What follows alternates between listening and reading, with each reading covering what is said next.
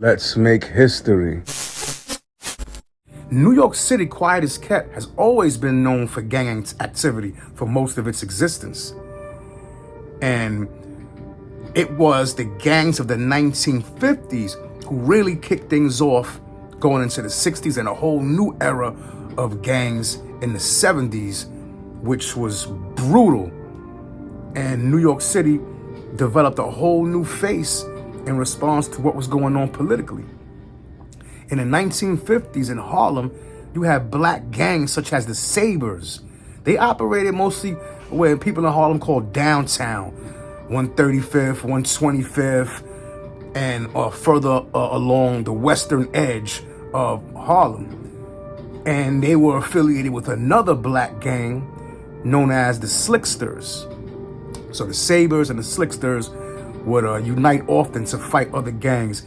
And the other main gang, there were many of them, but just to name a few, the other main gang were the Sportsmen. And they were uptown Harlem, like 145th and up by the Polo Grounds. Of course, the rumbles that they were partaking were mostly, as usual, over turf. Who was gonna control certain areas? Because a lot of money in Harlem in the drug industry, in the black market drug industry. In addition to heroin, you also had turf wars over the numbers rackets, which were very popular then. Remember, this is when Bumpy Johnson was a major figure in Harlem, and he had already laid down the groundwork for a lot of the criminal activity, the criminal enterprises, pardon me, that he was involved in going all the way back to the 30s, mostly dealing with the numbers rackets.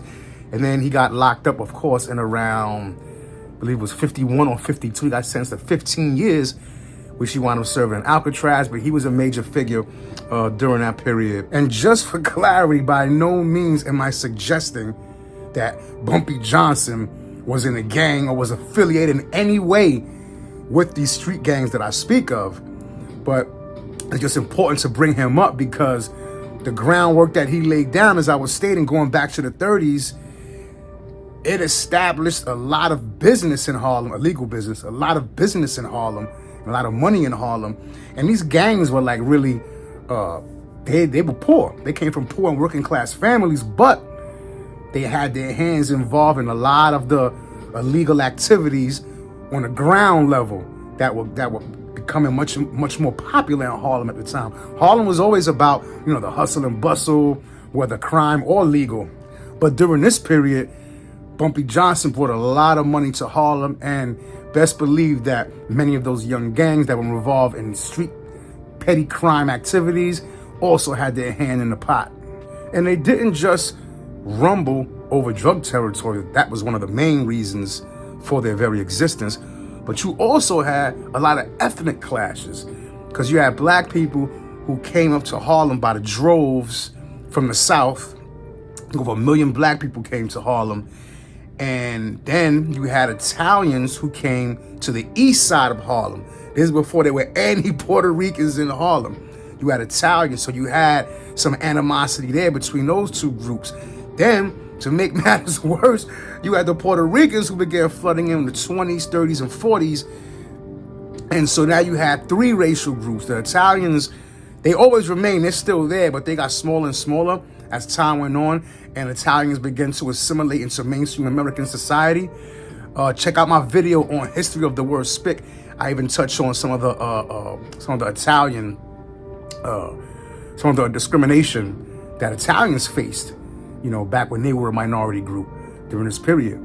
And so you definitely want to have a look at that. But so you had racial tensions between all these three groups. Now the Puerto Ricans and the blacks tend to unite.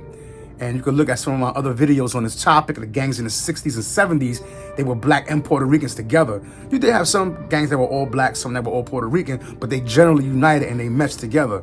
You had both in each gang. Whereas the Italians, they went to war with the Puerto Rican gangs and the black gangs. So again, in addition to disputes over drug territory, you also had some ethnic clashes. And interestingly enough, that's also how the Crips and Bloods started, through ethnic clashes when blacks began to migrate to Los Angeles. and there were already whites living there who had gangs. And so they directed their attention towards the blacks. Definitely also want to check out my video on the birth of Tookie Williams, where I go into detail on this.